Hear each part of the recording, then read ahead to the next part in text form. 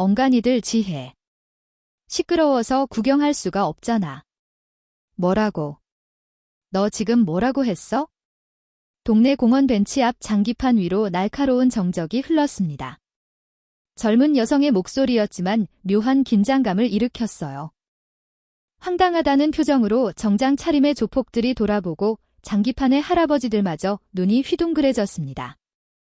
험악한 사내들이 인상을 구겼지만 지호는 차갑게 바라볼 뿐이었죠. 예상치 못한 팽팽한 긴장 속에 이제 무슨 일이 벌어질지 아무도 예상할 수 없었습니다. 어르신들의 명의를 도용해 사기를 치는 일당. 그리고 그 뒤에는 구청과 손잡은 거대한 조직까지.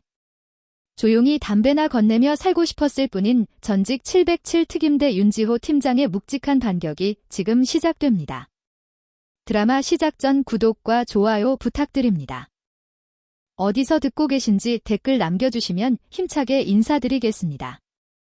새벽 하얗게 질린 편의점 형광등 불빛이 텅 빈 주차장 아스팔트 위로 건조하게 떨어지고 있었습니다. 매장 안은 일정한 주기로 웅성거리는 냉장고 모터 소리와 폐기를 앞둔 삼각김밥의 눅눅한 김냄새로 채워져 있었죠.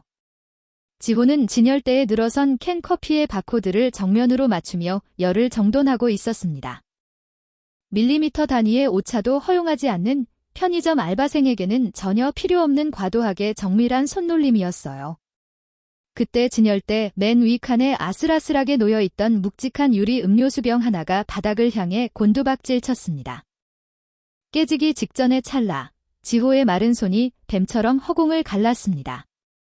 바닥에 닿기 한 뼘 전, 그녀의 소나귀가 묵직한 유리병의 목을 완벽하고 단단하게 낚아챘죠. 계산대 앞에서 졸고 있던 야간 교대 동료가 눈을 휘둥그렇게 떴습니다. 와, 누나 반사신경 미쳤네요. 떨어지는 걸 어떻게 잡았어요? 지호는 표정 하나 바꾸지 않았습니다. 무심하게 유리병을 다시 진열대에 올려놓으며 가볍게 대답했죠. 운이 좋았어.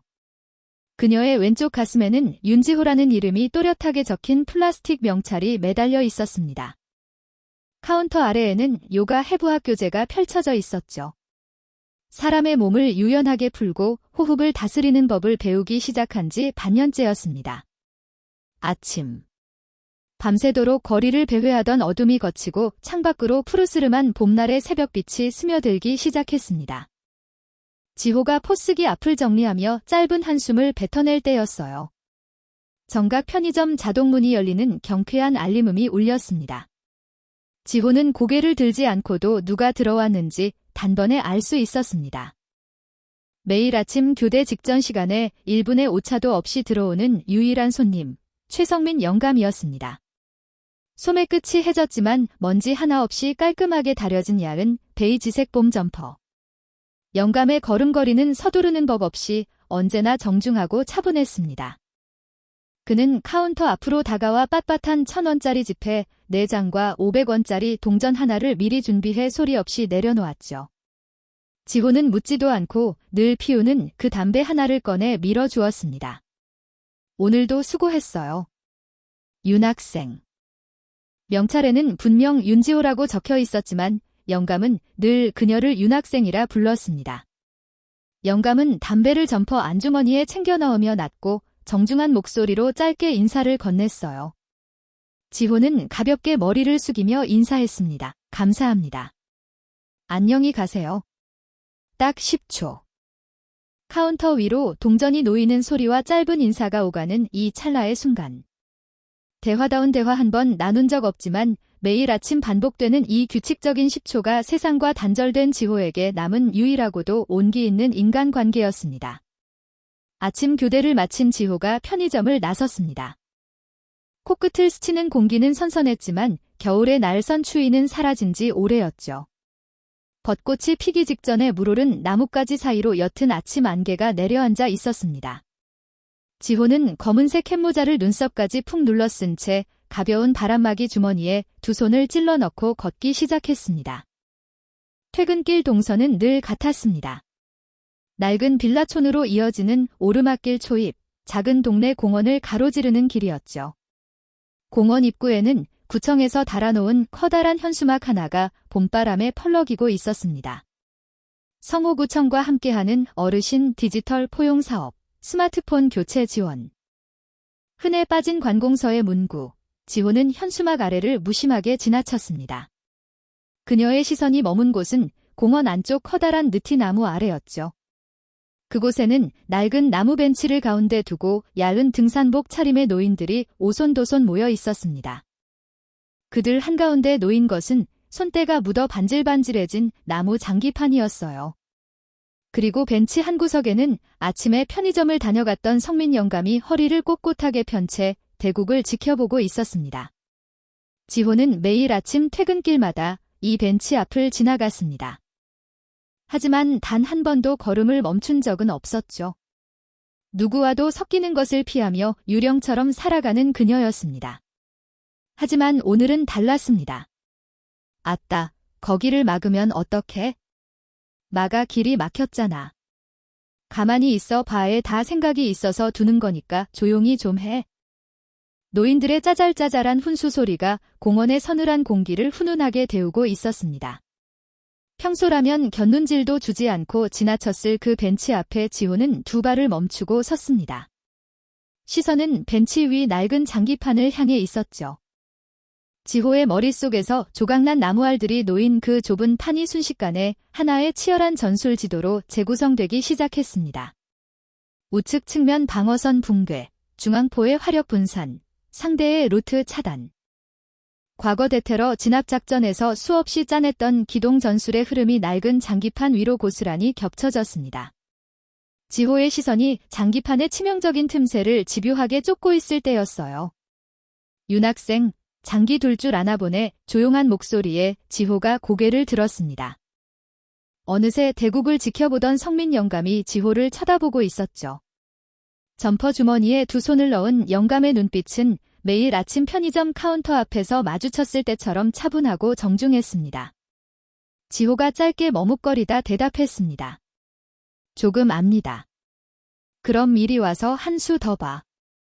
김영감이 아주 답답하게 판을 막아놔서 속이 다 터지려던 참이었어. 성민 영감이 옆으로 살짝 몸을 비켜주며 벤치 끝자리를 내주었습니다. 지호는 조심스럽게 다가가 벤치 끝에 엉덩이를 걸쳤습니다. 그녀는 장갑도 끼지 않은 거친 맨손을 뻗어날고 차가운 나무 장기알 하나를 집어들었어요.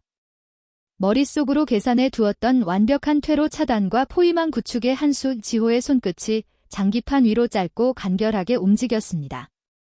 경쾌한 마찰음과 함께 지호의 장기알이 판 위에 내려앉았습니다. 어허, 거기를 파고든다고. 노인들의 눈이 동그랗게 커지며 호들갑스러운 감탄사가 터져나왔습니다. 성민 영감도 묵묵히 장기판을 내려다보며 옅은 미소를 지었죠. 얼마 후 낡은 빌라 원룸으로 돌아온 지호는 가방을 바닥에 내려놓았습니다. 그리고 방 한가운데에 돌돌 말려있던 보라색 요가 매트를 발끝으로 툭 밀어 길게 펼쳤어요.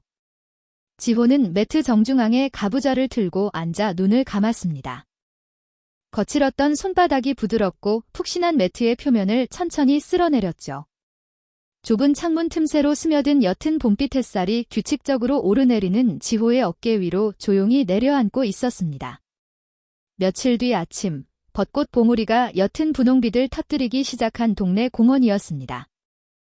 지호는 낡은 벤치 한 구석에 서서 묵묵히 장기판을 내려다보고 있었어요. 밤샘 알바의 피로가 어깨를 짓누르고 있었지만 노인들의 투박한 장기알 소리를 듣고 있으면 묘하게 머릿속이 맑아졌습니다.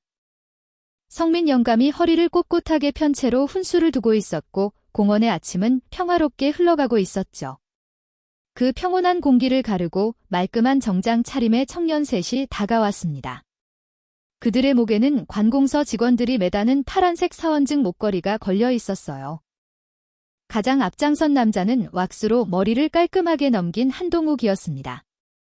그는 사람 좋은 미소를 활짝 지으며 장기판 주위로 모여든 노인들에게 두툼한 서류 뭉치와 홍보용 휴지를 싹싹하게 나눠주기 시작했습니다. 어르신들 안녕하세요. 저희는 성호구청에서 위탁받아 나온 디지털 포용 사업단입니다. 구청장님 지시로 동네 어르신들 낡은 휴대폰을 최신형 스마트폰으로 전면 교체해드리고 있습니다. 기계값, 요금 전부 무료니까 여기 서류에 이름만 적어주시면 됩니다.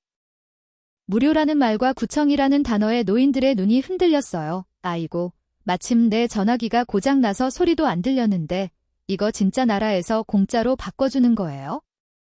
김영감이 반색하며 동욱이 내민 볼펜을 쥐려던 참이었습니다. 잠깐만 기다려봐. 조용히 장기판을 지켜보던 성민 영감이 벤치에서 몸을 일으켰습니다. 점퍼 안주머니에서 낡은 돋보기 안경을 꺼내 쓴 그는 동욱이 내민 서류의 뒷장을 날카롭게 넘겼어요. 작은 글씨로 빼곡하게 채워진 약관의 맨 아랫부분을 짚은 영감의 목소리가 서늘하게 가라앉았습니다. 기계 바꿔주는 구청 사업이라면서 신분증 원본 요구에 통신사 가입 위임장까지 쓰게 하는 이유가 뭐야? 이거 명의 도용해서 딴짓하려는 거 아니야? 정중하지만 단단한 지적이었습니다. 성민 영감의 말에 볼펜을 쥐려던 노인들이 일제히 손을 거뒀어요. 싹싹하게 굽어지던 한동욱의 눈빛이 일순간 딱딱하게 굳어버렸습니다. 그는 서류를 낚아채듯 걷어들이며 신경질적으로 혀를 찼죠. 아, 영감님 좋은 마음으로 구청 사업 도와드리러 왔는데 말씀 참 섭섭하게 하시네. 못 믿으시겠으면 마세요. 동욱이 턱짓을 까딱하자 공원 입구 쪽 나무 그늘에 대기하고 있던 덩치 큰 산에 셋이 어슬렁거리며 다가왔습니다. 손목까지 문신이 올라온 조폭 동료들이었죠. 그들은 장기판 주변을 둥그렇게 에워싸며 위협적인 그림자를 드리웠습니다. 방금 전까지 사람 좋게 웃던 복지 사업단은 온데간데 없고 험악한 폭력배의 민나디 공원의 부드러운 봄바람을 차갑게 얼어붙게 만들었어요. 어르신들 좋게 말할 때 그냥 사인하시죠. 나라에서 주는 혜택인데 거절하면 우리도 입장이 난처해지거든. 가장 덩치가 큰 사내가 성민 영감의 어깨를 거칠게 밀치며 윽박질렀습니다. 영감의 몸이 뒤로 크게 휘청거렸어요. 노인들이 겁에 질려 웅성거리는 순간이었습니다. 지호의 발끝이 바닥을 툭 치고 나갔습니다. 그녀는 여전히 장기판에 시선을 고정한 채 뒷걸음질 치다 실수로 미끄러진 것처럼 덩치 큰 사내와 성민 영감 사이로 몸을 깊숙이 밀어넣었죠. 아이고 죄송합니다. 지호가 중심을 잃고 넘어지는 척하며 사내의 오른쪽 손목을 무심하게 뻗어 잡았습니다. 그리고 찰나의 순간 사내의 요골신경이 지나는 관절 부위를 안쪽으로 짧고 강하게 비틀어 버렸어요. 뼈가 어긋나는 둔탁한 진동이 지호의 손끝에만 미세하게 전달되었습니다. 사내가 기겁한 비명을 지르며 제자리에 주저앉았습니다. 건장한 조폭이 갑자기 손목을 부여잡고 바닥을 뒹굴자 한동욱과 다른 일행들이 기겁하며 뒤로 물러섰죠. 어머, 제가 장기판을 보느라 발을 헛디뎠네요. 괜찮으세요? 지호는 캡모자를 푹 눌러 쓴 채 당황한 일반인처럼 허둥지둥 어깨를 움츠렸습니다. 철저하게 계산된 위장이었어요. 한동욱의 눈에 지호는 그저 공원에서 어슬렁거리다 길을 막은 재수없는 젊은 여자일 뿐이었습니다. 방금 자신의 손목을 부러뜨릴 뻔한 힘이 저 마른 여자의 것이라고는 꿈에도 생각하지 못했습니다. 한동욱은 바닥을 구르는 부하를 짜증스럽게 걷어차며 인상을 구겼습니다. 백주 대낮에 열린 공원에서 소란을 피워 경찰이 출동하는 건 그가 가장 피하고 싶은 일이었습니다. 재수없게. 진짜 어르신들 저희는 다음에 다시 올게요. 그때는 현명하게 판단하시길 바랍니다. 그는 불쾌한 기색을 숨기지 않고 일행들을 챙겨 공원을 빠져나갔습니다. 위협적인 그림자가 사라지자 그제야 노인들의 굳어있던 숨통이 트였습니다. 하지만 그들의 시선은 지호를 향해 곱지 않았어요.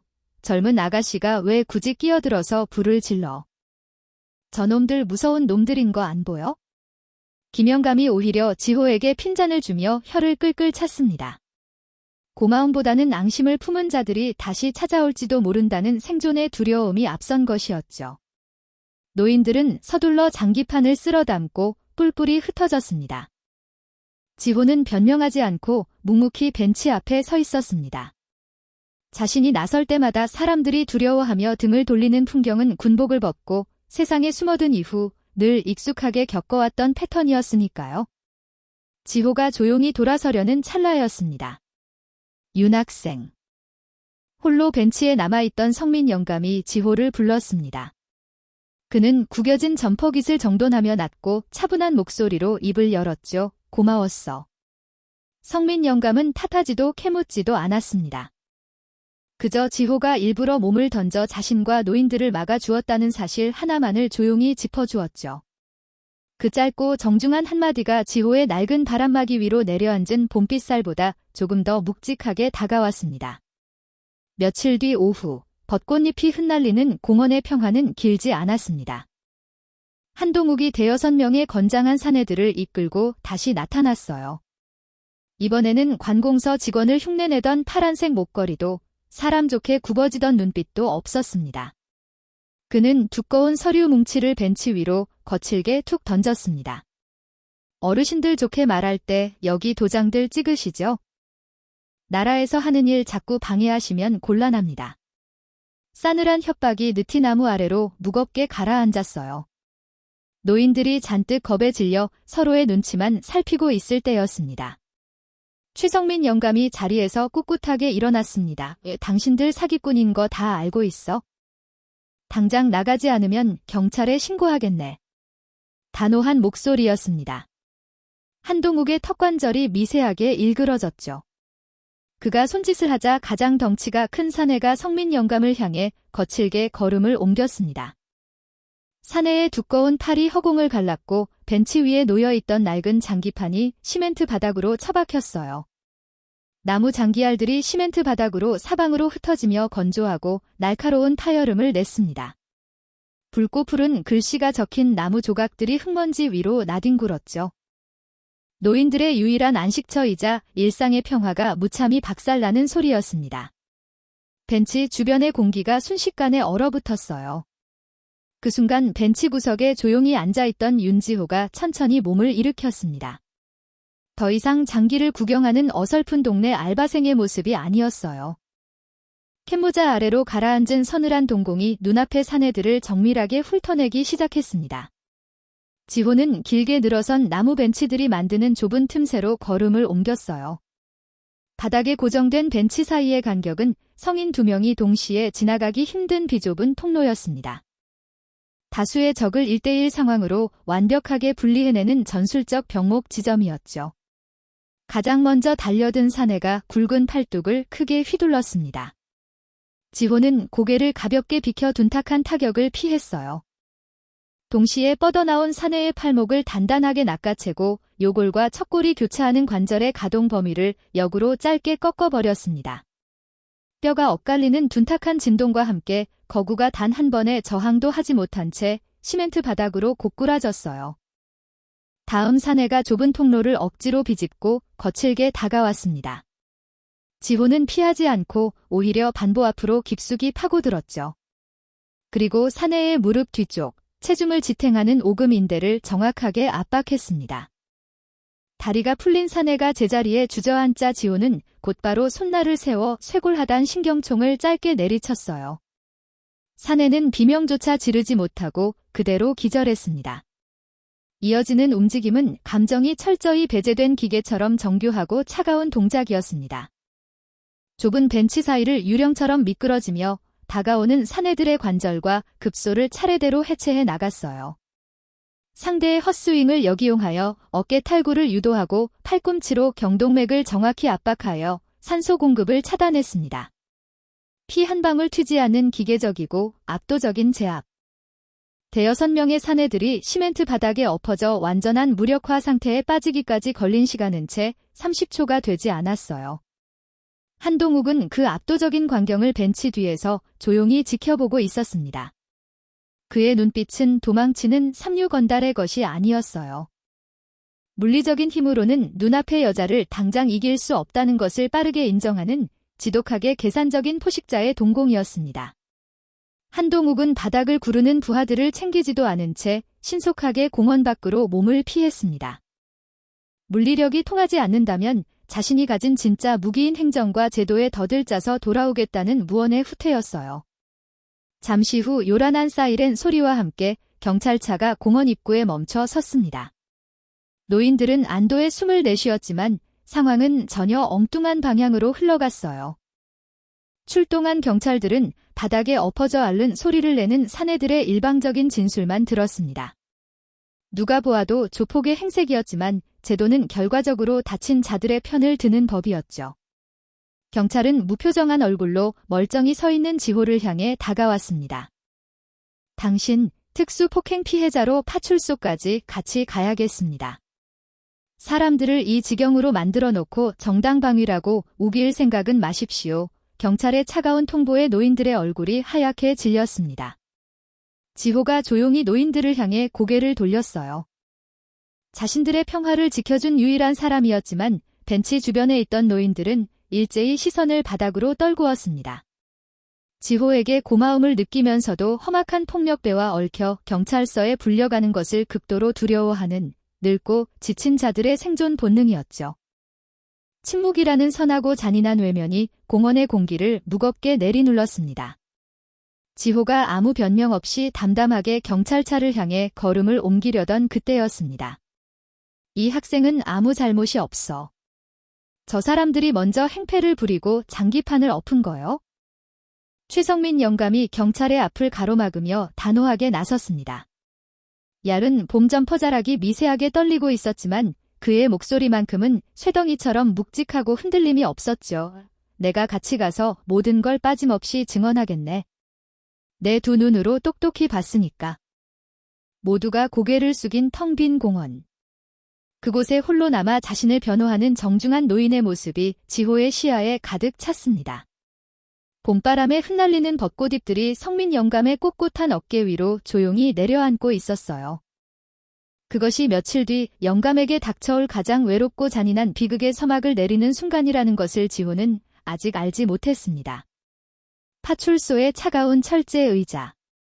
지호는 조서에 짧게 서명을 마치고 경찰서를 빠져나왔습니다. 대여섯 명의 사내들을 시멘트 바닥에 엎어지게 만든 폭행 사건이었지만 경찰은 지호를 오래 잡아둘 명분이 없었죠. 끝까지 자리를 떠나지 않고 꼿꼿하게 정당방위를 주장해준 성민 영감의 진술 덕분이었습니다. 며칠 뒤 오후, 낡은 베이지색 봄 점퍼를 입은 최성민 영감이 동네 번화가로 향했습니다. 화려한 네온사인과 최신 스마트폰 홍보물이 요란하게 번쩍이는 통신 대리점 앞이었어요.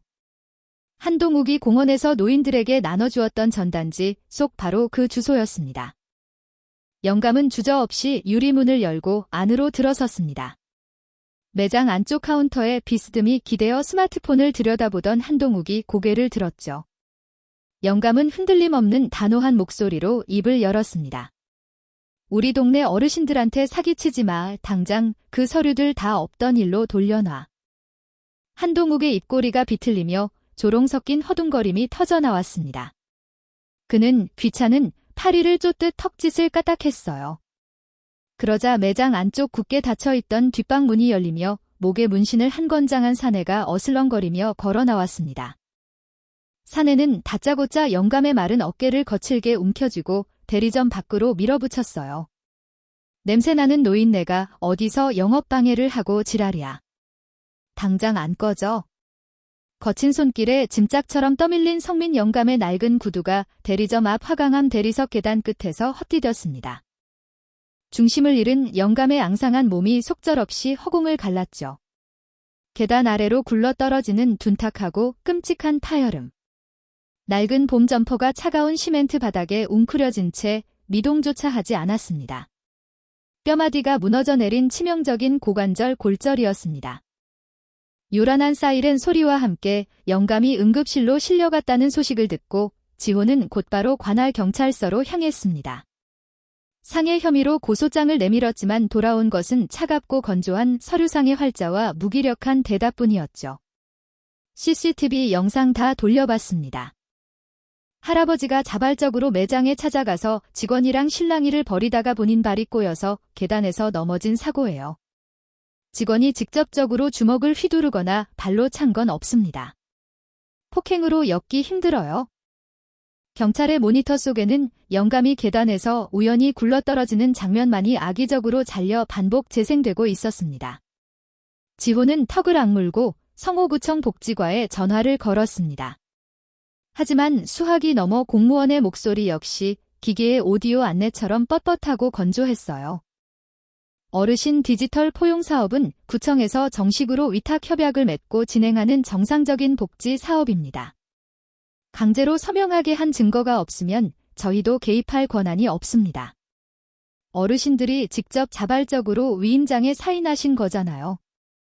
모든 것이 완벽한 합법의 외피를 두르고 있었습니다. 자발적인 방문, 계단에서 넘어진 불의의 사고, 정식으로 체결된 협약 사업과 본인의 자필 서명. 사람의 관절을 꺾고 숨통을 끊는 것으로는 도저히 뚫어낼 수 없는 견고하고 잔인한 제도의 벽이었습니다. 다음 날 아침, 편의점의 하얀 형광등 불빛이 밤새도록 매장 안을 비추고 있었습니다. 지호는 텅 빈 카운터 앞에 멍하니 서서 포스기 옆 전자시계의 붉은 숫자가 시간을 가리키는 것을 조용히 내려다보고 있었어요.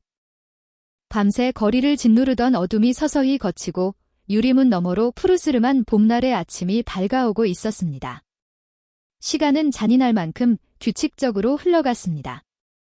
시계의 숫자가 마침내 정각으로 바뀌었습니다. 지호의 시선이 반사적으로 편의점 입구를 향했죠. 하지만 매일 아침 정확한 시간에 맞춰 경쾌하게 울리던 자동문 알림은 들려오지 않았습니다. 투명한 유리문은 굳게 닫힌 채 미동조차 하지 않았어요. 먼지 하나 없이 깔끔하게 다려진 봄 점퍼를 입고 들어오던 사람, 카운터 위에 1,000원짜리 지폐 4장과 500원짜리 동전을 소리 없이 올려두고 오늘도 수고했다며 정중하게 인사를 건네던 최성민 영감의 모습은 보이지 않았습니다. 카운터 위에는 지호가 미리 꺼내두었던 영감의 그 담배 하나만이 덩그러니 놓여 있었습니다. 세상과 완전히 단절된 채 유령처럼 살아가던 지호에게 허락된 유일한 10초의 온기. 그 짧은 인간적인 연결고리가 잔인하게 끊어져 버린 것입니다. 영감을 다치게 한 통신 대리점. 기계처럼 원론만 반복하는 경찰. 노인들의 명의를 팔아넘기는 것에 도장을 찍어준 구청. 이 모든 것을 하나로 묶어주는 보이지 않는 거대한 사슬. 이것은 단순히 동네 어르신들의 주머니를 터는 잡범 수준이 아니었습니다. 이 완벽하게 합법적인 사기극을 감싸고 있는 무언가가 훨씬 더 거대하고 조직적인 괴물이라는 사실을 지호는 본능적으로 직감하고 있었죠. 지호의 거친 손끝이 카운터 위에 놓인 그 담배를 향해 천천히 다가갔습니다.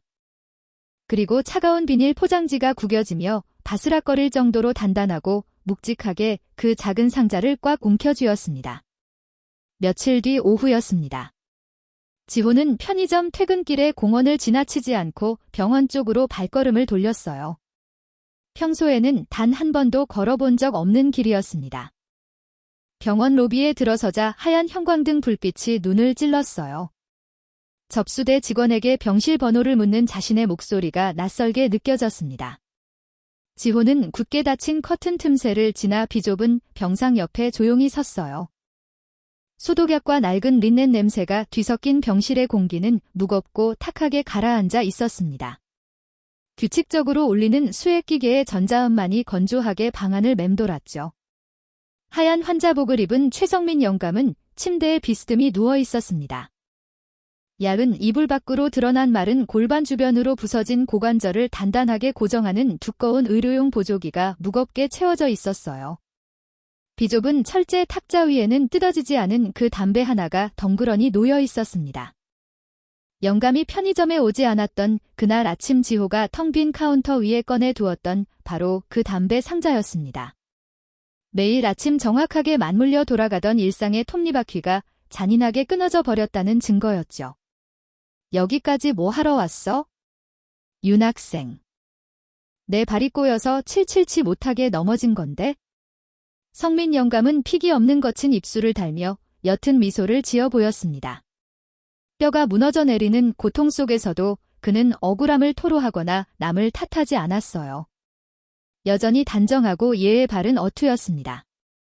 자신이 자발적으로 찾아가서 발을 헛디뎠을 뿐이라는 대리점의 뻔뻔한 조작을 영감은 혼자서 묵묵히 삼켜내고 있었던 것입니다. 지호는 그 정중한 거짓말에 아무런 대답도 하지 못했습니다. 영감의 앙상한 손등 위로 병원 링거줄이 늘어져 있었어요. 그 손은 며칠 전까지 장기알을 집어들고 편의점 카운터 위에 동전을 정확하게 올려놓던 바로 그 손이었습니다. 지호는 탁자 위에 그 담배와 영감의 손등을 번갈아 바라보았어요. 그저 탁자 위에 그 담배와 영감의 앙상한 어깨를 번갈아 바라보던 그녀는 말없이 고개를 숙여 인사하고는 몸을 돌려 병실을 빠져나왔습니다. 병동복도로 나오자마자 코끝을 찌르는 독한 알코올과 소독약 냄새가 훅 끼쳐왔습니다. 순간 지호의 걸음이 바닥에 얼어붙은 듯 멈춰섰죠. 병원 복도에 하얀 형광등 불빛이 점차 흐려지고 그 지독한 소독약 냄새는 지호를 수년 전 이국 땅으로 거칠게 끌어당겼습니다. 해외 작전에서 목숨을 걸고 정보를 도와준 마을 노인이 있었습니다. 안전하게 빼내겠다고 약속했어요. 하지만 상부의 철수 명령에 따라 먼저 떠났고 남겨진 노인은 보복당했습니다. 지키지 못한 약속. 그 부채감이 지호를 군복 밖으로 밀어냈고 유령처럼 세상에 숨어들게 만든 이유였어요. 지호의 두 주먹이 허벅지 옆에서 파르르 떨렸습니다. 얼마 후 낡은 빌라 원룸으로 돌아온 지호는 현관문을 닫고 안으로 들어섰습니다. 방 한가운데에는 어제 아침에 깔아두었던 보라색 요가 매트가 반듯하게 펼쳐져 있었습니다. 굳은 근육을 풀고 살상 대신 치유의 삶을 살기 위해 마련했던 작고 푹신한 평화의 공간이었죠. 지호는 매트 앞에 서서 잠시 발걸음을 멈췄습니다. 매일 이 자리에 앉아 눈을 감고 호흡을 가다듬었어요. 거칠었던 손바닥으로 부드러운 매트의 표면을 쓸어내리며 사람을 부수는 것이 아니라 사람을 살리는 손이 되겠다고 다짐했던 자리였습니다. 하지만 오늘 지호는 그 매트 위로 올라가지 않았어요. 그녀는 매트를 무심히 지나쳐 옷장 구석에 처박혀 있던 낡은 더플백을 끌어당겼어요. 거친 손길로 가방의 지퍼를 열고 퀴퀴한 먼지가 쌓인 깊고 어두운 밑바닥을 미친 듯이 파헤치기 시작했습니다.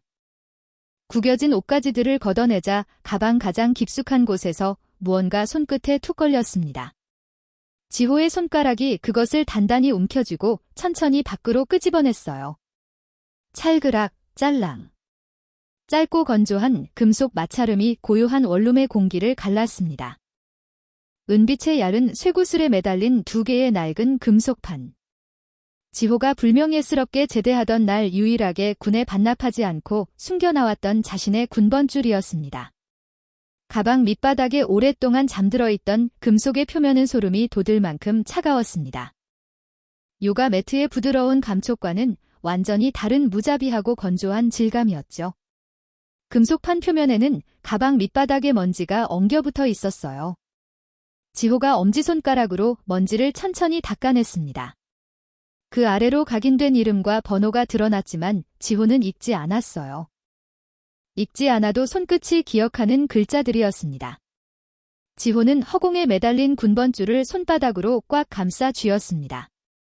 허연하고 단단한 쇠덩이의 냉기가 거친 굳은 살이 박인 지호의 손바닥 안으로 아주 깊고 무겁게 파고들고 있었습니다. 새벽, 낡은 빌라 원룸 안에는 무거운 정적만이 내려앉아 있었습니다. 방 한가운데 어제 아침까지 지호가 가부좌를 틀고 앉아 호흡을 가다듬던 보라색 요가 매트가 펼쳐져 있었어요. 군복을 벗고 세상으로 도망쳐 나온 뒤 사람을 살리고 치유하는 법을 배우겠다며 스스로에게 허락했던 작고 푹신한 평화의 영토였습니다. 지호는 그 매트 끝에 서서 가만히 바닥을 내려다보았습니다. 그리고 천천히 허리를 숙여 매트의 끝자락을 말아쥐었죠. 부드러운 스펀지, 재질이 둥글게 말려 들어가며 낮은 마찰음을 냈습니다. 그 소리가 고요한 방안을 조용히 채웠어요. 지호는 단단하게 말아 쥔 요가 매트를 방구석 가장 어두운 틈새로 미련 없이 밀어넣었어요. 부드럽고 따뜻했던 일상의 껍질이 완전히 뒤로 물러나는 순간이었습니다. 그녀는 입고 있던 편의점 조끼를 벗어던졌습니다. 윤지호라는 이름이 적힌 낡은 플라스틱 명찰이 바닥에 부딪혀 둔탁한 소리를 냈죠. 지호는 열려있는 더플백 안에서 칠흑처럼 검은 전술복을 꺼내 입었습니다. 질기고 빳빳한 특수섬유가 몸을 빈틈없이 조여오자 오랫동안 잊고 있었던 서늘한 긴장감이 등줄기를 타고 흘렀습니다. 마지막으로 지호는 탁자 위에 올려둔 은빛 쇠사슬을 집어들었어요. 두 개의 낡은 금속판이 부딪히며 찰그락거리는 건조한 마찰음을 냈습니다. 지호가 양손을 들어올리자 차가운 사슬이 그녀의 목을 감싸고 내려와 쇄골 위로 툭 떨어졌죠. 피부에 맞닿은 쇠덩이의 감촉은 소름이 돋을 만큼 차갑고 묵직했습니다. 작은 전신 거울 앞에 선 그녀의 모습은 완전히 달라져 있었습니다. 어수룩하게 바코드를 찍고 유통기한 지난 삼각김밥을 먹던 동네 편의점의 윤 씨는 그곳에 없었죠. 거울 속에는 대한민국 육군 707 특수임무대대 대테러 팀장 윤지호 대위가 서늘하게 숨을 고르고 있었습니다. 날이 밝자마자 지호는 움직이기 시작했습니다. 벚꽃이 흩날리는 따뜻한 봄날의 거리에서 검은 캡모자와 마스크로 얼굴을 가린 지호는 완벽한 유령처럼 한동욱의 동선을 파고들었어요. 그녀의 타깃 든 번화가에 위치한 한동욱의 통신 대리점이었습니다. 며칠 동안 매장 건너편 카페와 골목을 옮겨다니며 지호는 놈들의 범죄 패턴을 하나씩 해체해 나갔습니다. 대리점 정면 출입구의 CCTV는 하나뿐이었고 사각지대는 건물 좌측 비상 계단 쪽으로 넓게 열려 있었어요. 뒷골목 철문에는 잠금 장치가 달려 있었지만 직원들이 담배를 피우러 나올 때마다 쇠를 끼워둔 채 열어놓는 습관이 있었습니다. 진입 루트는 이미 머릿속에 그려져 있었어요. 범행 메커니즘은 생각보다 단순하고 교활했죠. 한동욱과 일행들은 공원이나 경로당을 돌며 구청의 포용사업을 믿는 노인들의 신분증과 위임장을 받아냈습니다. 그리고 대리점 안에서 그 서류들을 이용해 노인 한 명당 수십 대의 최신형 스마트폰을 몰래 추가로 개통하고 있었어요. 할아버지, 할머니들의 손에 쥐어주는 것은 가장 싼 보급형 기계 한 대뿐. 나머지 값비싼 최신 기계와 유심칩들은 밤이 되면 대리점 창고로 쏙쏙 빼돌려졌습니다. 이른바 대포폰이었습니다. 노인들의 이름을 도용해 만든 그 유령폰들은 보이스피싱이나 불법 도박 조직으로 비싼 값에 팔려나가는 구조였죠.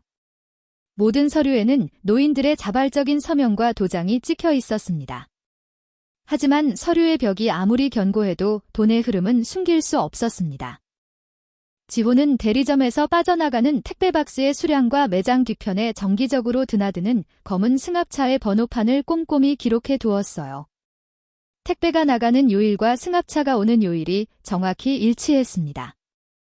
경찰이 와도 구청 직원이 조사를 나와도 서류상으로는 아무런 문제가 없는 완벽한 합법의 외피를 단단하게 두르고 있었어요. 미행이 나흘째로 접어들던 목요일 밤, 지호는 마침내 놈들의 가장 깊숙한 핵심을 잡아냈습니다. 밤, 대리점의 전면 유리문에는 영업 종료를 알리는 블라인드가 내려졌습니다. 하지만 매장 안의 불은 완전히 꺼지지 않았죠.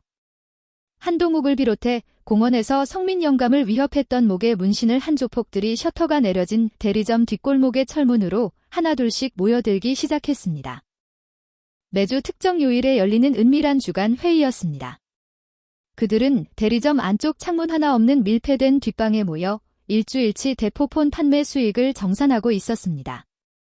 그리고 탁자 위에 다음 타깃이 될 동네 노인정의 명단을 올려두고 누구의 명의를 먼저 털어 먹을지 낄낄거리며 먹잇감을 고르고 있었죠. 성민 영감의 앙상한 어깨를 계단 아래로 밀쳐 고관절을 산산조각낸 바로 그놈들이 그 더러운 밀실 안에서 다음 사냥감을 고르며 잔을 부딪히고 있었던 것입니다. 지호는 대리점 뒷골목의 어두운 전봇대, 그림자 속에 몸을 완벽하게 숨긴 채 서 있었습니다. 그녀의 쇄골에 얹힌 차가운 군번줄이 옅은 봄바람에 미세하게 흔들리며 작게 금소금을 냈어요. 지호는 굳게 닫힌 대리점 뒷방의 철문을 가만히 응시했습니다. 두꺼운 철문 아래쪽 아주 미세하게 벌어진 틈새, 그 좁은 틈 사이로 새어나온 탁하고 누런 형광등 불빛이 어두운 골목 바닥을 길고 날카롭게 가로지르고 있었습니다. 목요일 밤, 통신 대리점의 셔터가 굳게 내려진 뒷방은 맥 빠진 담배 연기와 싸구려 소주 냄새로 꽉 차 있었습니다. 사람 키만큼 높게 쌓인 최신형 스마트폰 빈 박스들이 좁은 공간을 더욱 답답하게 만들고 있었죠. 방 한가운데 놓인 낡은 접이식 테이블 위에는 먹다 남은 배달 음식 용기들이 어지럽게 널려 있었습니다. 한동욱은 테이블 끝에 앉아 불법 개통 서류들과 노트북 화면을 번갈아 보며 계산기를 두드리고 있었어요. 그의 주위로 공원에서 행패를 부렸던 목에 문신을 한 조폭 5명이 삐딱하게 기대 앉아 담배를 뻐끔거렸습니다. 이번 주 실적 아주 달달하네. 늙은이들 명의가 이렇게 쏠쏠한 돈이 될 줄이야. 한동욱이 비릿한 미소를 지으며 모니터에서 눈을 뗐습니다. 다음 주는 경로당 쪽 할머니들 쳐. 거기 아직 우리가 안 뚫었잖아. 구청에서 나온 사은품이라고 세탁세제 몇 개 쥐어주면 알아서들 도장 찍어줄 거다. 사내들의 낄낄거리는 웃음소리가 좁은 뒷방 안으로 탁하게 번져나갔습니다. 그 역겨운 웃음이 절정에 달한 바로 그 순간이었어요. 뒷방 천장에 매달려 있던 누런 형광등 불빛이 단번에 꺼졌습니다. 모니터의 푸르스름한 불빛을 제외한 모든 시야가 완벽한 암흑 속으로 잠겨버렸죠. 뭐야? 갑자기 왜 이래? 두꺼비집 나갔냐? 조폭들이 당황하며 자리에서 웅성거리기 시작했습니다. 그들은 알지 못했어요. 건물 외벽의 배전반을 완전히 차단해버린 지호가 굳게 닫혀있던 뒷방의 철문을 소리 없이 열고 이미 그들의 등 뒤로 진입했다는 사실을 말입니다. 칠흑 같은 어둠 속에서 지호의 쇄골에 얹힌 차가운 군번줄이 미세하게 떨리며 건조한 금소금을 냈습니다. 야, 핸드폰 플래시 좀 켜봐. 한 사내가 불평하며 자리에서 일어서려는 찰나였습니다. 어둠 속을 미끄러지듯 파고든 지호의 발끝이 접이식 철제 의자를 강하게 걷어찼어요. 무게가 실린 쇠덩이 의자가 사내의 정강이를 정확하게 가격했습니다. 사내가 고통스러운 비명을 지르며 엎어지는 동시에 지호는 스마트폰 빈 박스 더미 뒤로 몸을 숨겼죠. 넓은 도매상 창고가 아닌 가구와 박스 더미가 빽빽하게 들어찬 비좁은 밀실.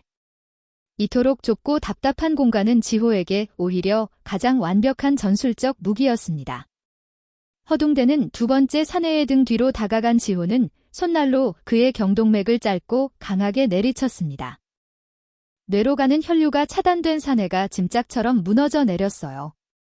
지호는 곧바로 옆에 있던 세 번째 사내의 팔을 낚아채 관절을 꺾어버렸습니다.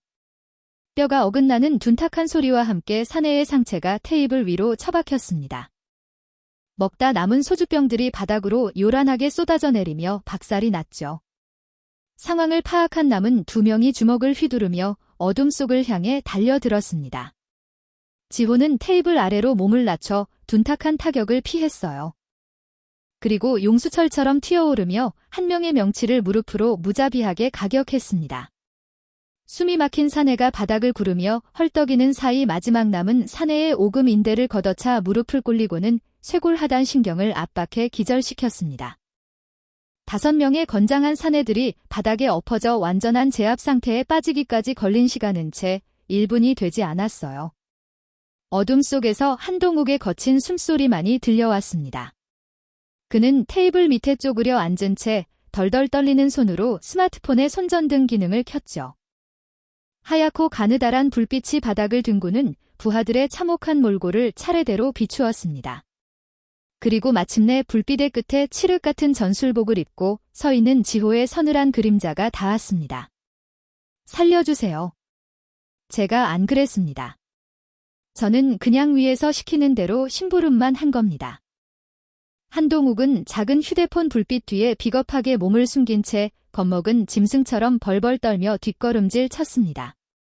방금 전까지 경로당 노인들을 비웃던 사기꾼의 알량하고 추악한 민낯이었어요. 지호는 그 가증스러운 변명을 철저하게 무시했습니다.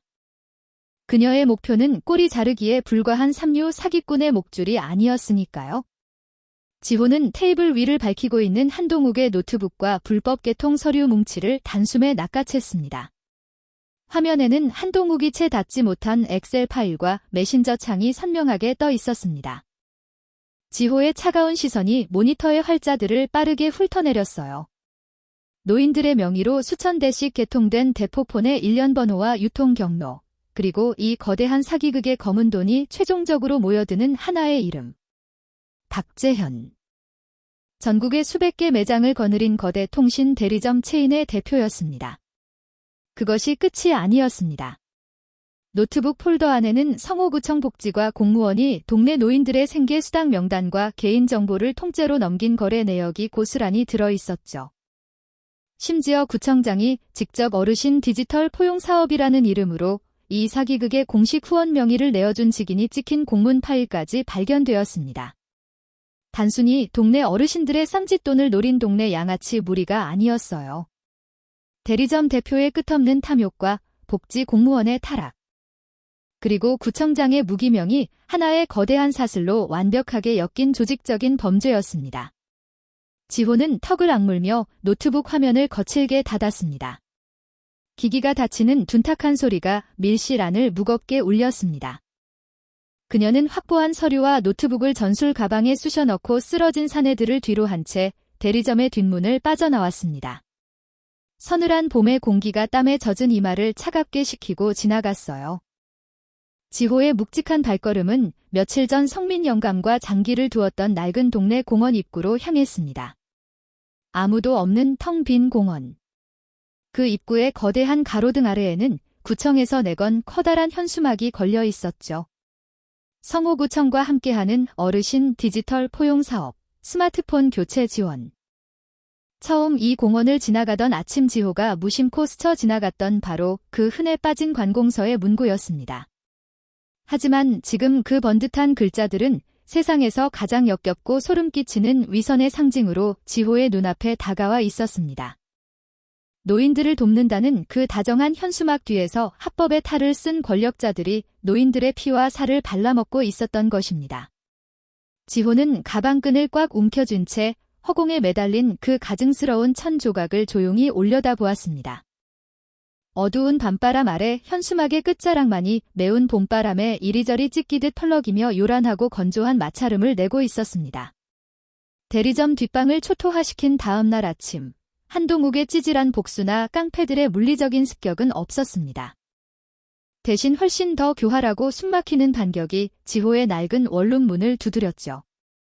우체부의 손에 들려온 두꺼운 등기 우편물 한 통, 빳빳한 봉투 안에는 통신 대리점 체인 대표 박재현의 이름으로 접수된 고소장이 들어 있었습니다.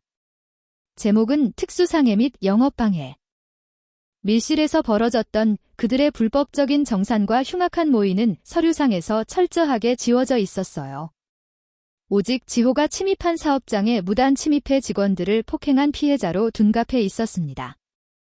전술복을 입고 관절을 꺾어버린 지호의 물리적 제압이 도리어 그녀를 올가매는 완벽한 합법의 족쇄가 되어 돌아온 것입니다. 그뿐만이 아니었습니다. 공원 벤치에 모여 장기를 두던 노인들의 낡은 우편함에도 성호구청 복지과에서 보낸 통지서가 일제히 꽂혔어요.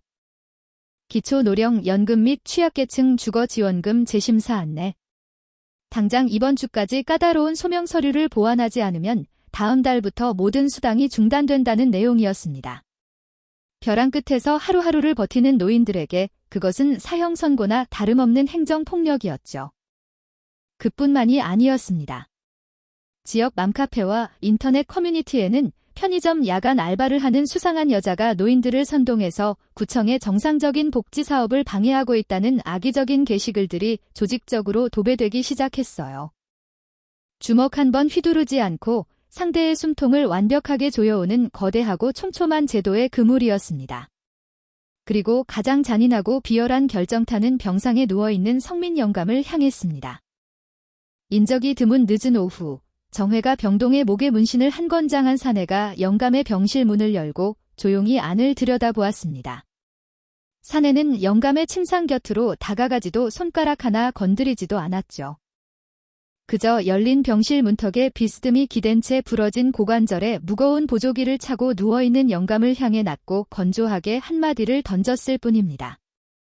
어르신, 여기서 더 시끄럽게 굴고 경찰서 들락거리면 다음번엔 다른 데 하나 부러지는 걸로 안 끝납니다. 쥐 죽은 듯이 조용히 누워 계시는 게 건강에 좋으실 겁니다. 칼같이 찢고 뼈를 부수는 폭력보다 훨씬 더 소름 끼치고 명백한 살기였어요. 그 서늘한 협박 소식은 순식간에 동네 노인들 사이로 퍼져나갔습니다. 다음 날 해질녘 편의점 출근을 준비하며 골목을 나서던 지호의 앞을 야은 점퍼 차림의 노인들이 가로막았습니다. 늘 성민 영감과 장기를 두던 김영감이 거칠고 주름진 두 손으로 지호의 옷소매를 덥석 쥐었어요. 지호야, 우리 여기서 그만하자. 지호의 선했던 눈동자가 미세하게 흔들렸습니다. 김영감의 목소리는 그녀를 향한 분노나 원망이 아니었죠. 공포에 질려 바들바들 떨고 있는 처절한 애원이었습니다. 내가 계속 나설수록 영감님이 더 위험해져. 어제도 그 무서운 깡패놈들이 병실까지 찾아와서 협박했다잖아. 우리 노령 연금 끊기는 건 둘째치고 영감님이 저러다 진짜 쥐도 새도 모르게 큰일 나. 제발 여기서 멈춰라. 노인들은 지호를 탓하지 않았습니다. 그저 자신들의 유일한 방파제였던 성민 영감이 더 처참하게 망가질까 봐 겁에 질려버린 것입니다. 부들부들 떨리는 늙고 주름진 손길을 뿌리치지 못한 채 지호는 굳게 입술을 깨물었습니다. 지호의 가슴속 가장 깊고 어두운 곳에서 끔찍한 트라우마의 균열이 다시 벌어지기 시작했어요. 내가 섣불리 개입할수록 저놈들을 자극할수록 내가 지키려던 사람들이 더 잔인하게 다치고 부서진다. 내가 이 싸움을 계속하는 것이 맞을까? 오히려 내가 나설수록 성민 영감이 더 위험해지는 것은 아닐까? 어젯밤 밀실을 쓸어버렸던 차가운 이성이 노인들의 떨리는 손길 앞에서 속절없이 흔들리고 있었습니다. 발걸음이 납덩이처럼 무거워진 지호가 조용히 동네 공원을 가로지르고 있었습니다. 늘 노인들의 왁자지껄한 훈수 소리와 장기알이 부딪히는 경쾌한 소리로 가득했던 공원은 거대한 묘지처럼 소름 끼치도록 고요했어요. 커다란 느티나무 아래 나무 벤치 주변에는 개미 한 마리 보이지 않았습니다. 장기판이 부서져 흩어졌던 그 흙바닥에는 아무도 다시 나타나지 않았죠.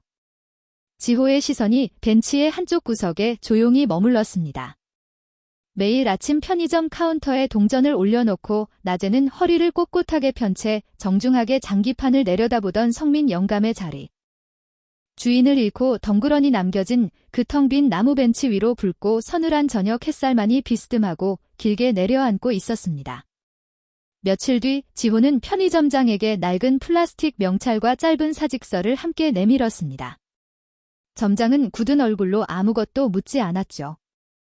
짐을 싸는 데는 오랜 시간이 걸리지 않았습니다. 원룸 구석에 둔 보라색 매트를 잠시 바라보다가 결국 더플백 위에 말아 묶었습니다.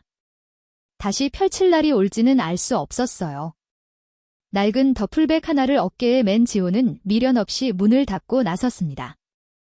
겉으로 보기에는 동네 사람들의 외면과 합법적인 깡패들의 협박을 견디지 못해 도망치는 완벽하고도 초라한 패배자의 뒷모습이었습니다. 지호가 동네를 완전히 벗어나기 전 마지막으로 향한 곳은 성호병원 정형외과 병동이었죠. 오후에 나른한 햇살이 비쳐드는 6인실 병실 안. 최성민 영감은 진통제 기운에 취해 깊은 잠에 빠져 있었습니다. 얇은 환자복 귀퉁이로 드러난 마른 어깨가 미세하게 오르내릴 뿐 병실 안에는 수액이 떨어지는 건조한 소리만 맴돌고 있었어요. 지호는 침대 발치에 서서 잠든 영감의 주름진 얼굴을 조용히 내려다보았습니다. 그리고 점퍼 주머니에서 작은 상자 하나를 꺼냈습니다. 며칠 전 아침 영감이 오지 않았던 그 텅 빈 편의점 카운터 위에서 그녀가 꽉 움켜쥐었던 바로 그 담배였어요. 지호는 소리 없이 다가가 좁은 철제 탁자 위에 담배 한 갑을 반듯하게 올려놓았습니다. 어떤 작별의 인사도 미안하다는 변명도 남기지 않았죠. 그저 매일 아침 같은 시간에 주고받았던 그 무뚝뚝한 10초의 일상을 영감이 잠든 머리맡에 조용히 돌려놓았을 뿐입니다. 지호는 탁자 위에 놓인 담배 상자를 손끝으로 한번 반듯하게 밀어 정돈했습니다. 매일 아침 편의점 진열대에서 바코드를 맞추던 것과 똑같은 쓸데없이 정밀한 손놀림이었어요. 잠에서 깬 영감이 이 담배를 발견하더라도 지호는 이미 이곳에 없겠지만 그것은 그녀가 남길 수 있는 유일하고도 가장 묵직한 약속이었습니다. 당신의 부서진 일상을 반드시 원래의 자리로 되돌려 놓겠다는 말없는 서약서였죠. 병원을 빠져나온 지호의 묵직한 발걸음이 동네 공원 앞을 지났습니다. 벚꽃잎이 말라붙은 흙바닥 위로 텅 빈 나무 벤치들만이 흉하게 줄지어 있었어요. 늘 성민 영감이 허리를 꼿꼿하게 펴고 앉아있던 자리. 벤치 아래 흙바닥에는 장기알이 흩어졌던 자국이 아직 희미하게 남아있었어요. 그 위로 마른 벚꽃잎이 쌓여가고 있었습니다. 아무도 치우지 않은 채 봄이 지나가고 있었죠. 노인들의 짜잘짜잘한 훈수 소리와 장기알이 부딪히던 경쾌한 마찰음은 완전히 증발해버렸습니다. 상가 유리창 너머로 지호의 뒷모습을 훔쳐보던 동네 상인들은 그녀와 눈이 마주칠까 봐 황급히 고개를 돌리거나 블라인드를 내렸죠. 아무도 밖으로 나와 배웅하지 않는 철저하게 고립된 퇴장이었습니다. 하지만 버스 정류장을 향해 걷는 지호의 눈빛에는 한치의 흔들림도 없었어요. 그녀의 어깨에 매달린 낡은 더플백 가장 깊숙한 곳에는 한동욱의 노트북에서 빼낸 불법 개통 명단과 거래 내역 사본이 단단하게 묶여 있었습니다. 원본 파일이 담긴 휴대용 저장 장치는 이미 누구도 찾을 수 없는 도심의 안전한 무인 보관함에 숨겨둔 상태였죠. 이것은 노인들의 외면과 깡패들의 협박에 못 이겨 꼬리를 마는 도망이 아니었습니다. 동네 양아치들을 상대하던 좁은 골목에서 그 뒤에 숨은 진짜 배후의 심장부로 전선을 옮기는 후퇴였습니다. 얼마 후 도심으로 향하는 시내버스 맨 뒷자리에 지호가 깊숙이 몸을 기댔습니다. 덜컹거리는 버스 창밖으로 화려한 서울 도심의 네온사인들이 물결처럼 빠르게 흘러가고 있었죠. 모자챙 아래로 가라앉은 지호의 차가운 시선이 어두운 유리창 너머를 집요하게 훑어냈습니다. 잠시 후 붉은 신호등에 걸린 버스가 교차로 앞에 멈춰 섰을 때였어요. 지호의 시선이 왕복 8차선대로 변해 우뚝 솟은 거대한 유리 빌딩의 꼭대기에 머물렀습니다. 어두운 밤하늘을 찌르듯 솟아오른 건물 외벽에는 박재현이 운영하는 거대 통신 대리점 체인 본사의 대형 간판이 눈이 부시도록 빛나고 있었습니다. 합법과 제도의 뒤에 숨어 힘없는 노인들의 피를 빨아먹는 거대한 포식자의 진짜 둥지. 지호의 거친 손끝이 무릎 위에 놓인 가방끈을 꽉 움켜쥐었습니다. 버스가 다시 출발하자 거대한 간판의 불빛이 유리창 위를 천천히 흘러갔어요. 그 불빛이 완전히 사라질 때까지 지호의 고개는 돌아가지 않았습니다. 며칠 뒤 도심 한복판에 우뚝 솟은 박재현의 통신 대리점 체인 본사. 거대한 유리 건물은 늦은 밤에도 권력의 상징처럼 오만한 불빛을 뿜어내고 있었습니다. 그 화려한 로비 구석, 헐렁한 회색 작업복을 입고 밀대 걸레를 쥔 지호가 소리 없이 바닥을 닦고 있었어요. 용역업체를 통해 야간 청소부로 잠입하는 과정은 생각보다 훨씬 수월했습니다. 편의점 카운터 앞에 알바생이 그랬듯 뻔듯한 직장인들 사이에서 고개를 숙인 채 쓰레기통을 비우는 청소부 역시 아무도 눈길을 주지 않는 완벽한 투명 인간이었으니까요. 이틀 동안 복도와 화장실을 오가며 지호는 건물 내부의 구조와 보안 카메라의 사각지대를 머릿속 전술지도로 정밀하게 옮겨 그렸습니다. 목요일 밤, 야간 근무자들마저 모두 퇴근한 고요한 14층 복도. 지호는 청소 카트를 밀고 통제구역인 메인 서버실 앞을 지나갔습니다. 복도 양끝에 카메라가 회전하며 교차하는 정확히 7초의 사각지대. 지호의 손이 카트 밑바닥에 숨겨둔 마스터키 복제기를 꺼내 잠금 장치에 소리 없이 밀어 넣었습니다. 묵직한 철문이 부드럽게 열리고 지호가 어둠 속으로 미끄러지듯 파고들었죠. 서버실은 거대한 냉각 팬이 돌아가는 웅성거리는 소리와 수백 개의 붉고 푸른 LED 불빛들로 가득 차 있었습니다. 냉골 같은 서늘한 공기가 전술복으로 훅 끼쳐왔어요. 지호는 중앙 통제 콘솔 앞에 앉아 주머니에서 소형 USB를 꺼내 꽂았습니다. 키보드를 두드리는 손놀림은 거침이 없었죠. 방화벽을 우회해 메인 데이터베이스의 가장 깊은 곳으로 파고들자 며칠 전 대리점 뒷방에서 파악했던 사기극의 전체 그림이 완벽한 데이터로 쏟아져 내리기 시작했습니다. 노인들의 명의를 도용해 개통한 수만 대의 대포폰 유통 경로. 그 검은 돈이 세탁되어 구청 복지과 간부의 차명 계좌로 흘러들어간 뇌물 이체 내역. 그리고 성호구청장이 직접 결제 서명을 남긴 어르신 디지털 포용 사업의 공식 후원 문서 원본까지.